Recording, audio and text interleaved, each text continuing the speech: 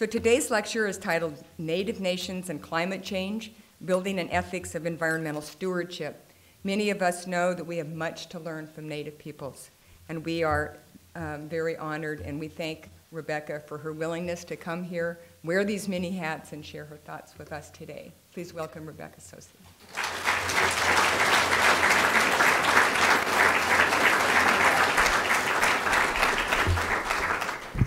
Good evening, and thank you so much, Margaret, for that wonderful introduction. To Rennard Strickland, my friend, my colleague, and very esteemed mentor for many years. Thank you very much for allowing me to give this lecture in commemoration of your very important work, which is exactly on what I'm going to talk about. When we talk about leadership, Native leadership, and the ethics of that leadership, those are some of the most profound traditions that we have. And I am privileged to speak about it, but the people who are the leaders are in this room, are in this nation, are in this state, and as well as where I come from in the Southwest. And so I acknowledge that spirit of leadership because that's what allows me to do my work. And that's what I hope to do tonight, is to talk to you a little bit about the ethic of environmental stewardship in an era of climate change. And I want to start by saying how excited I was when I got the invitation to be the first Oregon Tribes visitor in the professorship here, how much that meant to me that the Native nations here had given these resources to the law school to build an Indian law program here. And I'm really incredibly honored. And so as I started to think about my topic, stewardship and the tribes here, I've always admired the way that they live and conduct themselves. And so I had all these ideas, and I said, okay, these are the things I'm going to talk about. Let me share them with you. The role of Native environmental stewardship in public policy. I was going to talk about Native epistemologies and the ethical principles that emerge from those.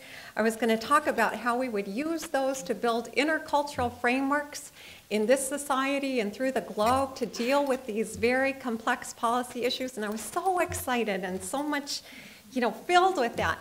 And then I was getting ready about 2 weeks ago to leave for a meeting in the Grand Canyon. I'm on the board of directors of the Grand Canyon Trust, and that's a very beautiful natural area. For those of you that have been there or even just seen it in pictures, you know that it's an incredible, there's nothing like it anywhere. It's one of a kind. And there are many nations, many Native peoples that are attached to that place and to places within the Grand Canyon. The Havasupai, the Wallapai, the Navajo, the Hopi, and they are drilling for uranium in the Grand Canyon. And so we were all concerned about this, and we were going to get together and we were going to talk about these things. And I thought, wow, that's really going to get me all fired up for my lecture after this. And then the day before we left, there was the announcement. The announcement that the Hopi Tribal Council had denounced all environmentalists, including the Grand Canyon Trust, banned them from the Hopi Reservation. Why? Because they were instilling fear in Hopi citizens about coal mining, the impact of that on Hopi lands and Hopi waters, which are, in fact, also in the Grand Canyon. So I was a little perplexed, but I said, well, they have the right to exclude and they are sovereigns, and well, okay. Well, then the next day, President Shirley from the Navajo Nation says, yes, I agree with the Hopis. First time the Hopis and Navajos ever agreed on anything. And they have to agree about this. And so I said, well, what is going on here? Why am I going to do this? And then President Shirley said, this is what he said, if in fact we trim back coal production on the Navajo and Hopi reservations, because they have that big Peabody Black Mesa coal mine that's going through an expansion phase right now, another 16,000 acres. He says, if we curtail that and we don't allow the new Desert Rock power plant in addition to the Page power plant and all the other power plants up there, then the tribes will be forced to remain dependent on the federal government forever. And he said, I want the support of the leaders of all Native American nations in supporting me on my stance on tribal sovereignty and energy development. So that's what I want to talk to you guys about today. I wish I could bring the Hopi Tribal Council, bring President Shirley, bring the Native leaders from this land, from this nation, because I've just been through several hours of listening to some of those leaders talk about the salmon resource here, talk about the first foods, talk about the way that you guys think about water and about salmon and about game and about the interconnections, the berries, the gathering, where those lands are. I think that would be a really powerful discussion. And what would that look like? Who would convince who about what sovereignty really means? Because isn't sovereignty that whole question of who has the right to speak for the earth? Isn't that what that is? And if we took the United States position on sovereignty, what does that look like? We don't have to sign on to Kyoto. We don't have to pass any legislation if we don't want to. And we can continue emitting as much CO2 and other greenhouse gases as we want to. Isn't that what sovereignty does? And what happens to everybody else? What happens to those first foods? What happens to the water? What happens to all of the Native people living on their lands over time? Do they have the right to control that? And so those are the questions that I want to address. How do we even start thinking about those issues about sovereignty? Because we know as Native peoples how important sovereignty really is. I just had the privilege to visit with the Grand Ronde community, wonderful community, powerful community. That story of how they survived termination, that's sovereignty on the ground, right? They didn't need the United States government to say, you're sovereign, oh, I guess you're not anymore. They've always been sovereign. They knew that, and they got that trust relationship restored. That's the power of sovereignty. And I think that the agency of sovereignty is cultural sovereignty. The expression is political, and then we have all the legal rights that attach to that. And you'll notice I did not come prepared with a PowerPoint. There will be no discussion of legal rules on a PowerPoint, so you all can fall asleep. I want to talk about cultural sovereignty. I want to talk about what motivates tribes to endure all of these things and to go into the future with hope. Because isn't that what we're talking about? Aren't we talking about a people that knows that there's a future for those generations, that knows where they came from, that power of those ancestors? It's unbroken. It's always been unbroken. So we just have to remember that and quit believing all the lies. Anyway, that's what I think. Okay. Now, let me give you just a little background on this whole idea of cultural sovereignty so you can see where I'm starting in my thinking. And this is not my invention. This is a discussion that was started years ago in relationship to many of the tribal leaders that I was working with when I was on the board of directors of the Native American Rights Fund. Catherine Harrison from Grand Ronde was on that board with me. Wallace Coffey from the Comanche Nation was on that board, and a bunch of other tribal leaders too. And the frustrating thing for us was that the U.S. Supreme Court kept telling us what the limitations were on tribal sovereignty. Well, you guys don't have the right to exercise criminal jurisdiction over non-Indians. Well, you guys don't have the right to, bar uranium from crossing the reservation and da-da-da-da. All those limitations on sovereignty. And we said, no. Cultural sovereignty is the inherent sovereignty of Indian nations that comes from within, it's defined from within, and it is expressed through the norms and values that have always guided the Native community. We might think of that as a natural law system, because those are the first principles, the laws, that gave rise to the people and the connections with other peoples, with the land. That's the composite of laws that governs Native sovereignty. Is it unlimited? No. No. It's limited because with sovereignty comes a very powerful responsibility. But it's not just the short term, what's good for you today. right? It's got to be limited by your responsibility to provide for your people and for the future generations. And so when we look at those conceptions of the law, there are limitations, but they serve the survival of the people over time. And that's a much different thing than the U.S. Supreme Court saying, well, it's unfair if you exercise criminal jurisdiction over non-Indians and therefore you can't. Where does that come from? See, not a good answer, right? Not a good answer at all to that one. So we had a conference at ASU on cultural sovereignty, and I was very blessed at the time to have the mentorship of a person who's now passed on, but it was very, very important in my life, the late Claudine Bates Arthur, who was Dene Navajo woman, born and raised on the Navajo Nation, and an alum of our law school. She served as Attorney General for the Navajo Nation and then a Supreme Court Justice for the Navajo Nation. And her presentation was very powerful and very moving. And she said, when you're talking about sovereignty, these are her words, it's important for Native people to distinguish their internal self-images from those images that come from the outside, the images that we've adopted from the past, which have come to influence who we are now. And sometimes we don't even think about that. We just think that who we are now is who we always were. But she said no. She said that there has been a whole phenomenon in the American educational system that has educated us to think of ourselves in a certain way.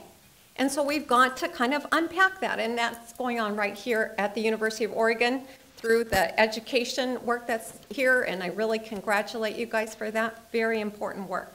She said stereotyping, look at the role of stereotyping.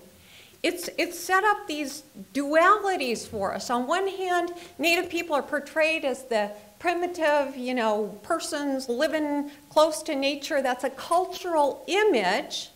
And it may sound all well and good, but what happens to those cultural people is that they're not recognized as having political power or sovereignty, and therefore they can be the victims of civilization, right? That was this country in the 19th century, and it's still going on in Latin America where they're putting that big road through the rainforest in Brazil and Peru, and the whole discussion is all those poor, uncontacted Native communities, what are we going to do with them? One proposal on the radio 2 weeks ago was, well, let's create little nature reserves for them.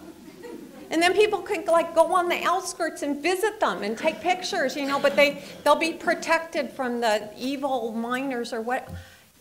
That's one. And then the other one came about probably in relation to the success of some Native nations in economic development, namely gaming. The commercial entrepreneur, they're marketing their sovereignty, marketing tax exemptions for cigarettes, marketing, they get to do gaming, nobody else gets to do gaming. So what's that all about? That's a sovereign that doesn't have a culture, right? They're just marketing their sovereignty. And you don't have to give them any credibility as Native peoples. And that whole dialogue, for those of you that work in cultural resources in NAGPRA, you will know that, right? Because that gets used against you in terms of that cultural responsibility to claim ancestors. So those are the outcomes of the stereotype. So let's get rid of that. Let's just get rid of that and acknowledge that, yes, there is a political aspect, yes, there is a cultural aspect to sovereignty, and who we are, she said, is who we want to be. We have the power to say who we are and who we want to be into the future. And she said for the Dene people, that is according to the fundamental philosophy and laws ordained by the holy people at the beginning of time within those 4 sacred mountains. And she went on to explain what goes on in that epistemology. Now, what I would like to do in relation to the whole idea of a traditional concept of stewardship across nations, Native peoples, is to say what I'm doing is not talking about the cultural property, the cultural knowledge of any one particular tribe, because that's not my place to do. And in fact, I don't think that outsider people even need to know the particulars. It's enough to know it exists and that you respect it. And when you look at that level, it's not so different from what the Dalai Lama is trying to do in building a global ethics to counter some of the worst aspects of what is happening in terms of you know, I guess, I don't know what you'd say, globalization, is basically to look at the ethical role of traditional law. So a lot of times we look at traditional knowledge, native traditional knowledge, as being a form of science. A lot of you are used to seeing that, for example, in sort of adaptation planning. What's the role of traditional knowledge? It's a form of science. And yes, that is true. But that's not the sense in which I'm talking about it. I'm talking about it as a source of ethical principles, a normative source, because I think that we have been so indoctrinated into the ethics, if you could call it that, that attaches to Western economic development, that we kind of lose sight that there are alternatives. And so what are those alternatives? So what I propose to do with my time is three things. First of all, I want to identify the images from the outside. So I want to talk about the impact of basically Western energy policy, environmental policy. What are the principles there that we seem to be adopting? If we're to understand what the Hopi Tribal Council and President Shirley are advising, we had better look at those images from the outside. Then I want to look at the systems of ethics that come from within and engage in that discussion about what those principles look like and the work that they are doing on the ground in tribal communities right now today, because they are still alive. And then I want to talk about how you would apply that to the area of climate change. Okay, and I guess I don't have all that long to do it. Okay, so I had better get started. In terms of identifying, you know, what's the framework that has you know, kind of surrounded us, we know that the predominant land ethic from Western societies has been what they call the ethic of opportunity, right? So that utilitarian calculus basically says right conduct is modeled in terms of economic efficiency. What will serve the greatest number of people, what will maximize the economic value of the resources, and how those resources transfer on the open marketplace, applied to land, applied to resources across the board. And that has been the guiding ethic for the development of tribal lands. So from the early days of the policy, it was like, let's sell that timber off, let's mine that coal, let's do whatever we have to do to get the value out of those lands. What about environmental values? Human values. Well, that did make its way in. I mean, Aldo Leopold did his best, and all of those guys who said no, the ecocentric, kind of thinking. And there was a whole principle of scientific management that emerged out of Aldo Leopold's movement on public lands, and that became embodied in our system of environmental law in the 1970s and 1980s. But it took that long to say that, oh, I don't think rivers should be catching on fire. Under that ethic of opportunity, it was just a madhouse, chaos, right? So we had to have some, and so now we have a scientific framework that is intended to limit the bad aspects of that economic calculus, what's the greatest good and the most maximizing your value of resource. So science can tell us, well, okay, but when do you go too far, right?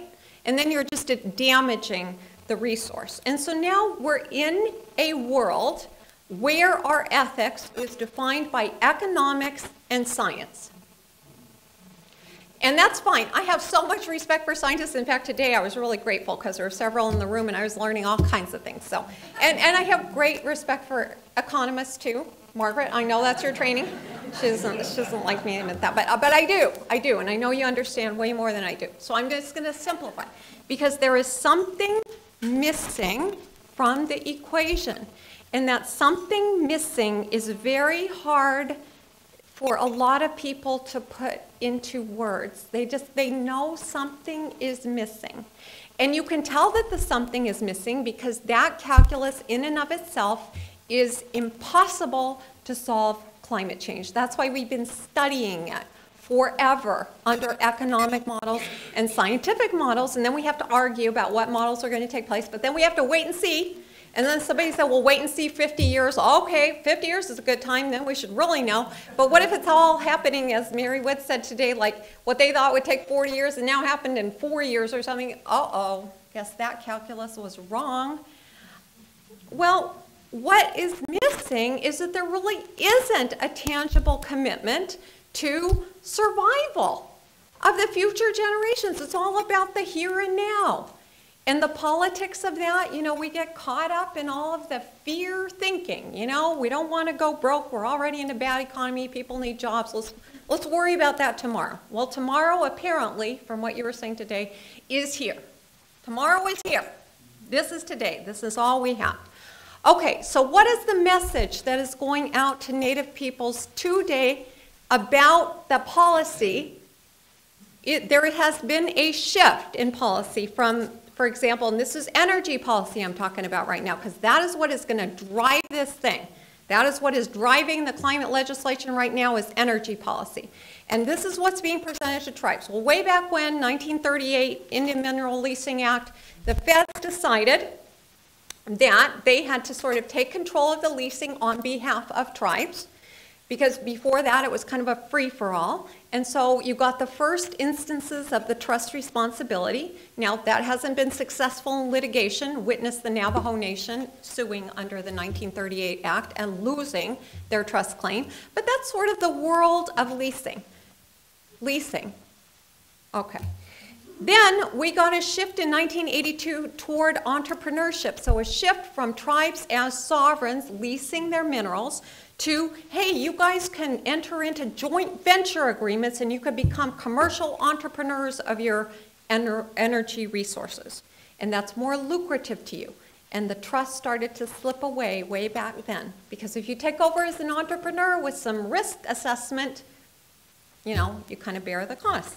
2005, the Indian Tribal Energy and Self-Determination Act is sort of the apex of that. That one says, look, you guys enter into these energy resource agreements with the secretary kind of on the broad level of a plan, and then you can go and do whatever you want to. You can lease right-of-ways for pipelines or energy transmission lines.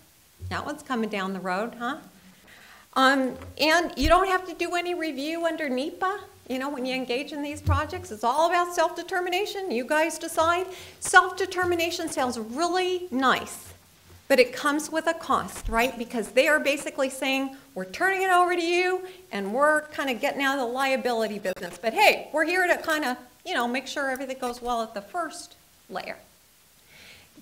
No tribes that I know of have signed on to one of those agreements. There's a lot of suspicion about that. And so I believe that the policymakers are trying to figure out what is going to incentivize tribes to enter into those agreements. Now, what about climate policy? Well, that's what's at stake in this Waxman-Markey bill and the Boxer bill in the Senate, right? So how are we going to kind of curtail those CO2 emissions? Well, we have to basically create a gradual transfer through cap and trade out of those energy economies into the green or renewable alternative energies. And so again, the tribes are being brought right into that thing where you have the Navajo Nation and Hopi tribes. Basically, they're going to get the last bit of that coal value before it gets phased out. And then what? Uranium's been identified as an alternative energy source, maybe even green. Now that has had a devastating history on the Navajo Nation as well as Laguna Pueblo, all the Pueblos, South Dakota, devastating impacts on Native people. But the price of uranium, which was very low, is steadily growing more and more. And then you get the energy companies saying, hey, that's our next bet, because as we develop the technology for wind and solar, we can be engaging in this nuclear energy, which we know how to do. So the Navajo Nation, by the way, banned uranium mining in 2005 under its traditional laws, saying that was not acceptable, culturally acceptable, and it had a devastating legacy that was totally unremediated. They are still drinking contaminated uranium water. Now they've posted it, but that was just in the last 2 years. What about the 20, 30, 40 years before that? Okay, so what do we do from here? Well, that's what they're saying our policy should be. And I think that we think very, very critically about whether or not, as Native nations, we believe in the incentives that they are offering and in the way that they are trying to phase into the whole, economy. It is gradual. It is not probably going to get us where we want to be. Now, what would be a different framework of thinking? And this is basically the what's missing calculus for a society that's had to deal with the consequences of just economics and science.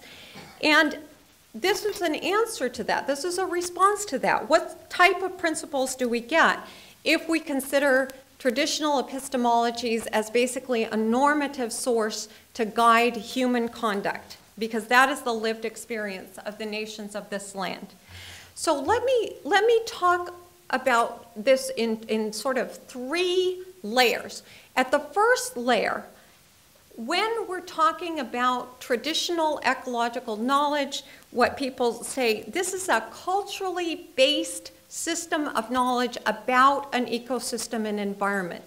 But it has what we would call a spiritual component to it. And I always annoyed when people try to portray this as religion, even though it is related to religion for many peoples, but it is not religion. Spirituality is an essence. It's a perceived essence. And so at the first layer, think about this in terms of a different metaphysical understanding about the way that these rules operate, the way that the universe operates. So for many Native peoples, there is a tangible form to things, the rock, the tree, the mountain, but there's also an intangible form, essence, spirit to that. There is a property of power that surrounds whatever that is, and that's what is animate. It's not dead, it's not static. So it's a different way of understanding what has an essence, a living thing, and what is just dead and not worth thinking about. So at the first level, I think that we are understanding that science, the physics of science, is moving into a much more nuanced understanding about the essence of the natural environment and how properties operate. This isn't the same physics as we had 50 years ago or 100 years ago, right? And many of those concepts are embodied in Native epistemologies. It's a language issue, basically, is why it's hard to actually make that translation.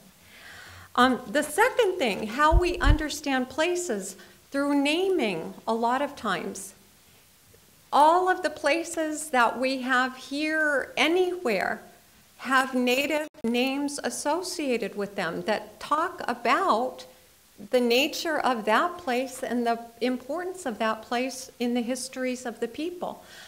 This afternoon, one of the speakers was talking about identifying the places where first foods are located on these lands.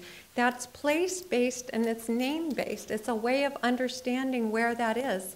The United States has not made any conscious effort whatsoever to preserve or protect Native languages until very recently. They said we would like to protect and preserve them, but hey, if you want any support for that, good luck.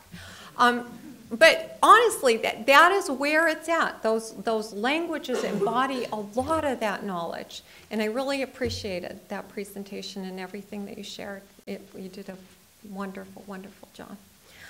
And the third thing is understanding the place of Native peoples within the politics.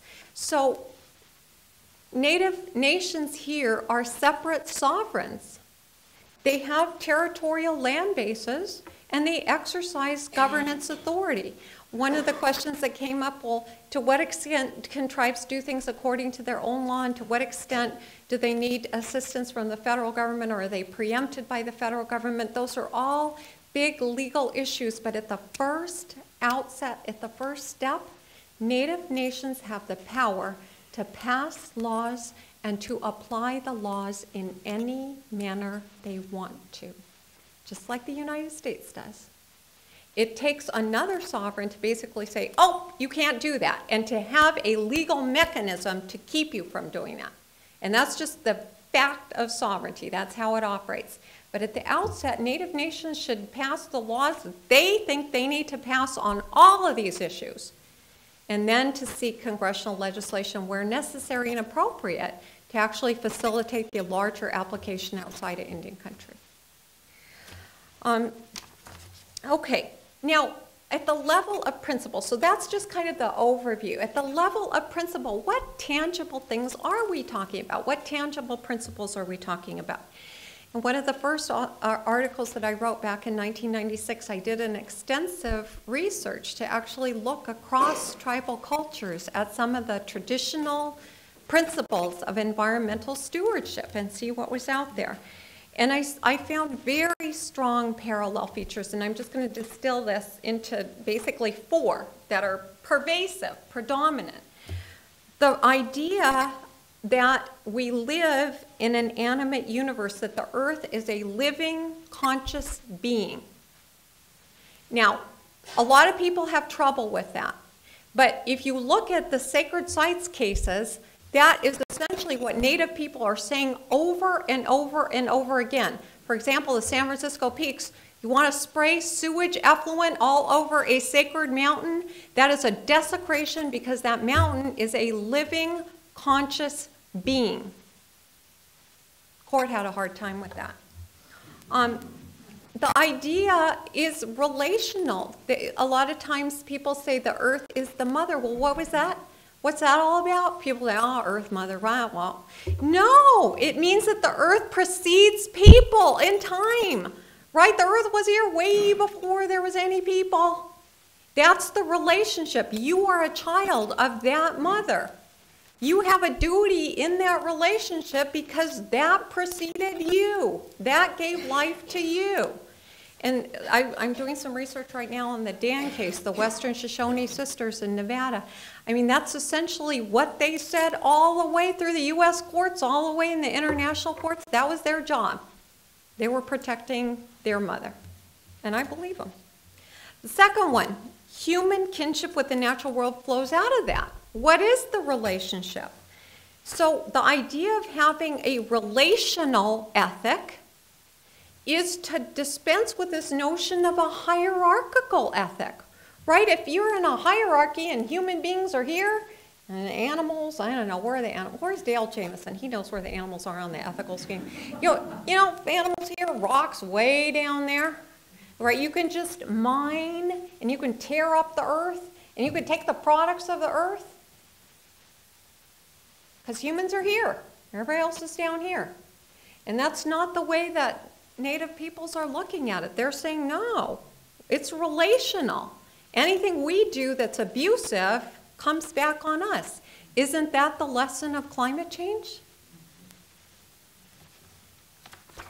And a lot of the languages also talk about different aspects. You know, for example, Lakota's buffalo as people. That idea that only human beings are people, and I think that there are tribes in the Northwest that talk about salmon as people. That idea that they have an essence. Today we were talking about how you protect it with the trust. Well, should you even have to make the case that you must protect the salmon if they're like people, right? But see, the Western legal system doesn't see it that way, but it's not the only system. If we see these other systems that treat it differently, why is that Western system, why does that have to be our truth anymore? The third one, the role of land and place in the formation of human identity. So say you really do think human beings are the most important things. Okay. if the identity of people is rooted in a place and you remove that place, what happens to their identity?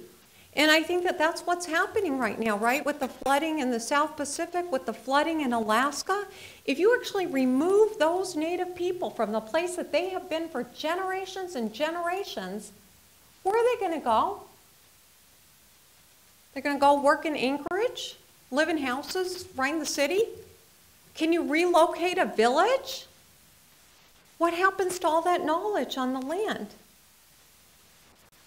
So I think, you know, and I know that many of those people that are facing that situation in Alaska are talking about this as basically genocide. It is genocide of a people.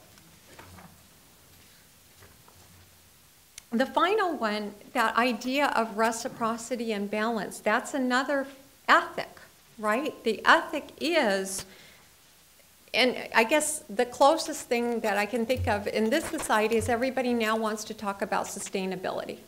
But nobody understands what it means, honestly. I ask classes all the time, they're like, give me a definition of sustainability. Maybe I should do it now, see if you guys are awake. Give me a definition of sustainability. This is the crowd that could do it, by the way. I mean, there are people who've written books about this. What does that mean? Yep. I like the tribal definition. That what you do will always keep in mind 7 generations from now will be better. Okay, there you go. Future generations, and you actually give a finite number too, so people can wrap their mind around it. It's not an abstraction at that level, right? Because a lot of tribal people can trace their genealogy 7 generations up. And they could trace it 7 generations down, because that's what's going to happen, right? Very good. So, absolutely, it is that idea that you have a duty, a responsibility, that you maintain a balance so that you can survive in perpetuity, and that you're not shortchanging those future generations or compromising their survival. There is not one person in the room that would do that to their actual child. But the whole society doesn't even think about 7 generations down, right? So that's exactly it. So it is a different consciousness. And that is what I want so much to come out into the public discourse. I don't want people to be afraid to talk about it. I don't think anybody should give away their sacred knowledge, and that's not what this is about. This is about saying, hey, there's a system of law and principles and ethics, and it's different from yours, but it is capable of taking us into a future. It is a different consciousness. And we have proof that it is real. It is true. It operates in this way, and it always has.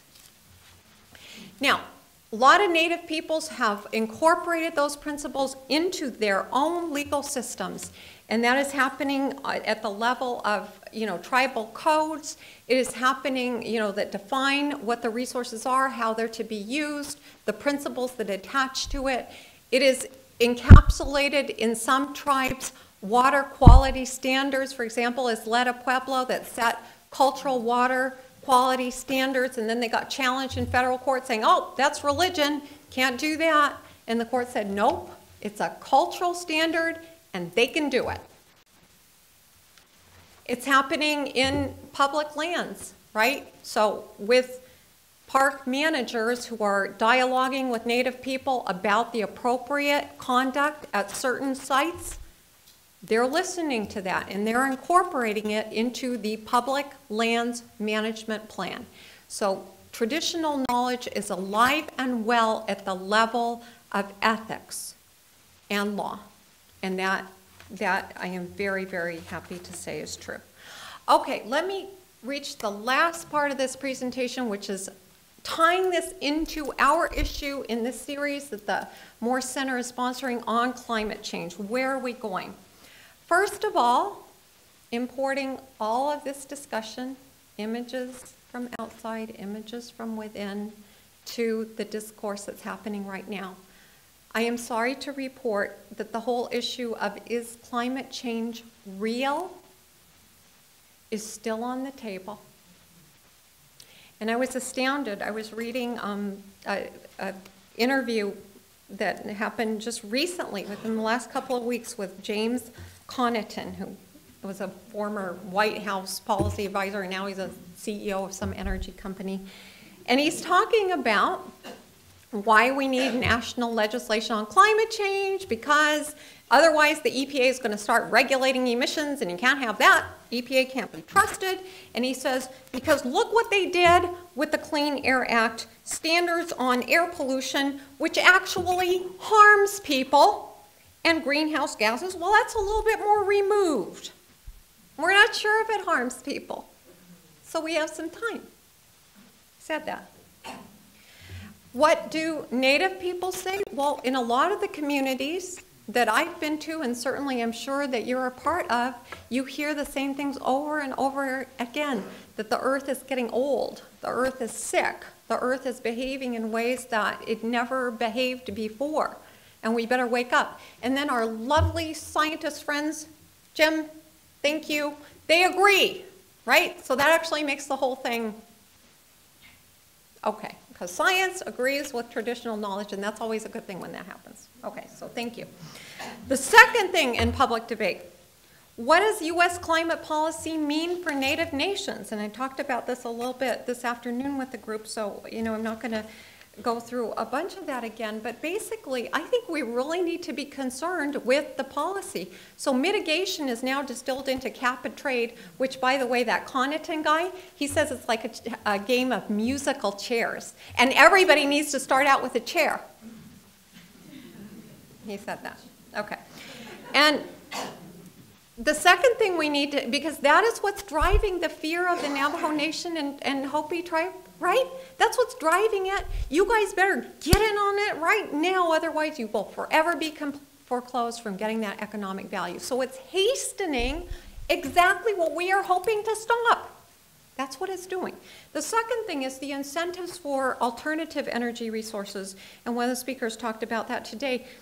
I am all for development of wind energy, solar energy, all of that, but we have to recognize that those forms of energy development also have impacts on tribal lands and resources. And we have to be very cautious about inviting a bunch, again, of corporations on a let's, get in there and make some money scheme, and then forgetting about the first foods or whatever. I mean, we can't do that. So if we think from within on the level of cultural sovereignty, that won't happen, because we'll have thought that through. The idea of the leasing of tribal lands for energy development, also think about that. Coal mining was presented to tribes as temporary. And so there's still the plans that basically say, oh, you can reclaim the lands. Like they're getting ready to move 5 more families. And they're saying, well, you guys can move back after 20 years after we're done. You can move back. It's a life of a mine permit. But 20 years after we're done, you can move back. So we're not really relocating you. I mean, and don't think that this won't happen in other forms too, because they need tribal lands. That's where the energy resources are. That's where the transmission lines can go. They need tribal lands. Okay.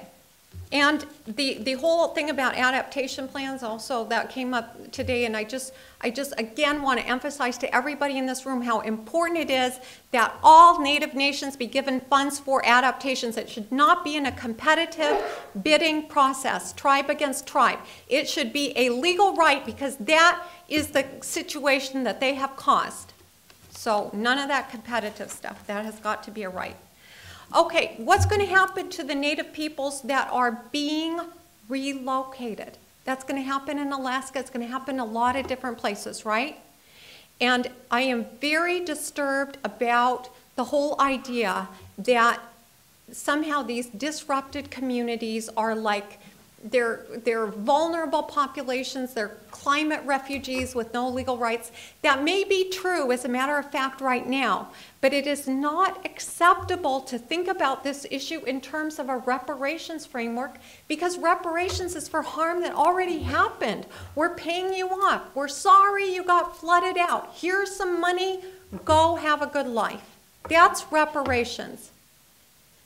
The proactive, community-based notion is this is our land, this is our life way, and you have a duty to keep us in that life way.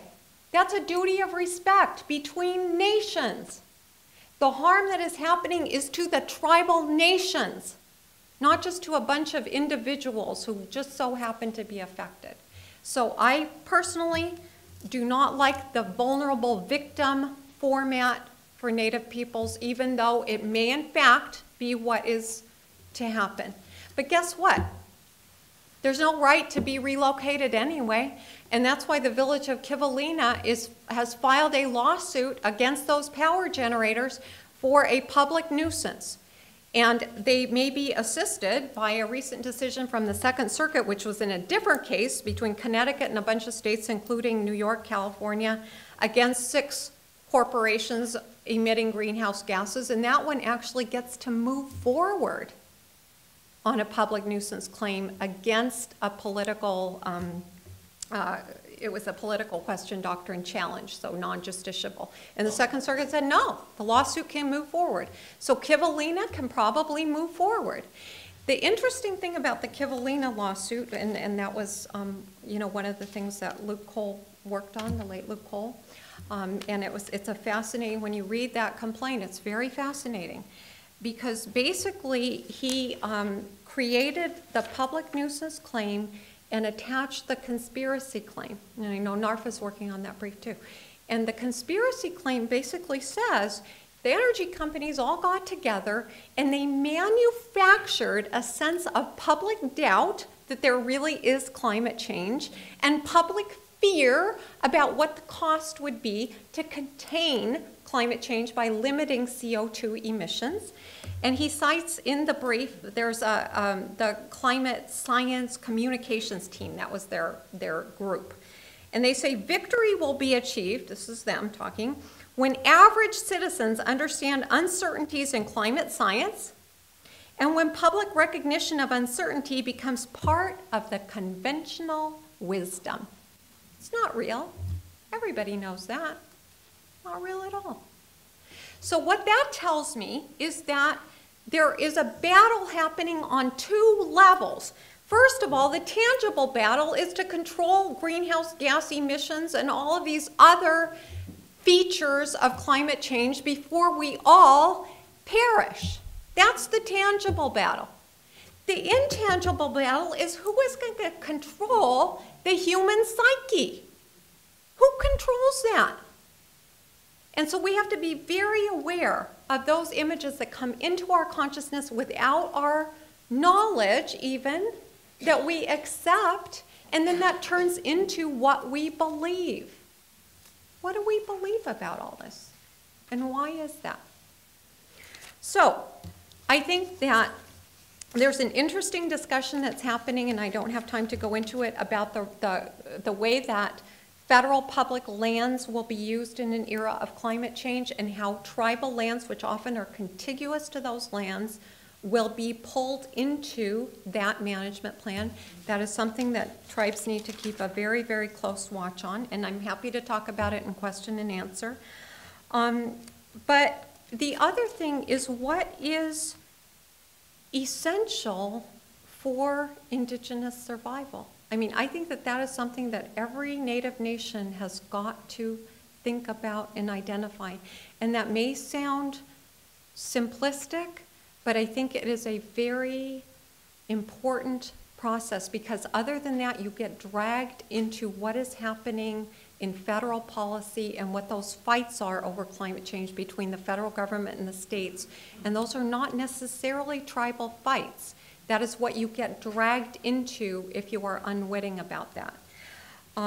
So I really think that where I want to end up is with an account of Native environmental stewardship that actually does say, well, who speaks for the earth? Who has the right to speak for the earth? Native peoples ought to be speaking for the earth because they understand this at the level of principle. But you don't want to go there either if, in fact, there is no consensus, because that is always going to be used against you. Well, the Navajo Nation and the Hopi Tribal Council don't agree, and they're Native, They're all for coal mining. What's wrong with you people? This tribe wants to do renewable energy this way and you guys don't? Well, what's wrong with you? And you can make Native policy the one size fits all that is a nightmare for everybody. So it is incumbent on tribes in the exercise of cultural sovereignty to get together. Don't invite outsiders. Get together the tribal leaders, put the hard issues on the table, and then speak in a collective voice. The Native nations in this country have the greatest opportunity to do that. Nobody's listening to those people in Peru and Brazil. They're dying, literally dying, because nobody is paying attention to their rights. And the United States hasn't even signed on to the UN Declaration on the Rights of Indigenous People and has the nerve to go and criticize Brazil, saying, oh, well, we do things a little differently in the United. Well, thank you. It is different here. So if we really do have that sovereignty, let's exercise it, even if it goes against the conventional wisdom. Let's have the courage to do that. And I know there are the people in this room that can do it. And I'm encouraged that you guys are here. I'm inspired by you. And there are others like you across the nation. And that's what we really need to do. There is no power in the world that is greater than that comes from within our nations and our ways of being. That's what's kept us alive till now, and that's what will. And even the Navajo Nation, President Shirley might have to get a little reminder on this, but in the Navajo Nation Code, it says this in Title I, the Dene have a sacred obligation and duty to respect, preserve, and protect all that has been provided to us because we were designated as the stewards of these relatives through our use of the sacred gifts of language and thinking. Thank you very much.